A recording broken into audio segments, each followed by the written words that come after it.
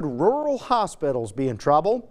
Medicaid cuts prompted by the new spending bill will trim $1 trillion. One healthcare leader tells Louisiana First News anchor Brianna Moore about what that means for hospitals and patients.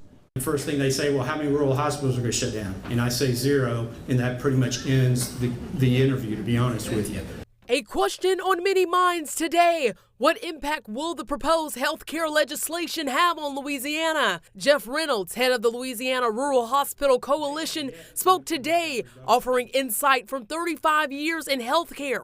He says 1.6 million Louisianans are on Medicaid, 1.8 million have private insurance, and about 300,000 remain uninsured, a gap he believes the bill could impact. With the large number of people in Medicaid and in the uninsured, that is a case, we've got more in those groups than we've got in private insurance. So it becomes very difficult to maintain operations, maintain the services across the state for everybody. Reynolds says for now, no rural hospitals in Louisiana are set to close, but says changes could come.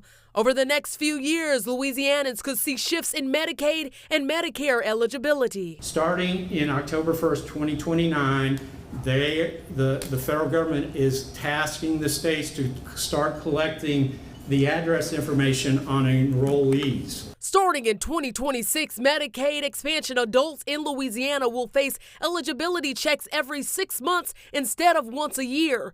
Jeff Reynolds says that change could lead to major coverage losses. But we also know that there will be a certain percent of them that fall out of the Medicaid bucket on the previous slide down into the uninsured bucket. Enrollees will need to work, go to school, or train 80 hours a month. Co-pays of $35 will also apply for specialist visits, but Reynolds says many patients can't afford them. Starting in 2029, Louisiana faces major health care funding cuts, with hospitals projected to lose billions by 2035. Reynolds says the state could gain $100 to $200 million through new funding for rural health. This is all 100% federal. LDH does have to apply for this money between now and December 31st. Reporting, Brianna Moore, Louisiana First News. Reynolds says new funding could help rural areas by boosting disease prevention, tech solutions, and clinic staffing. Keller.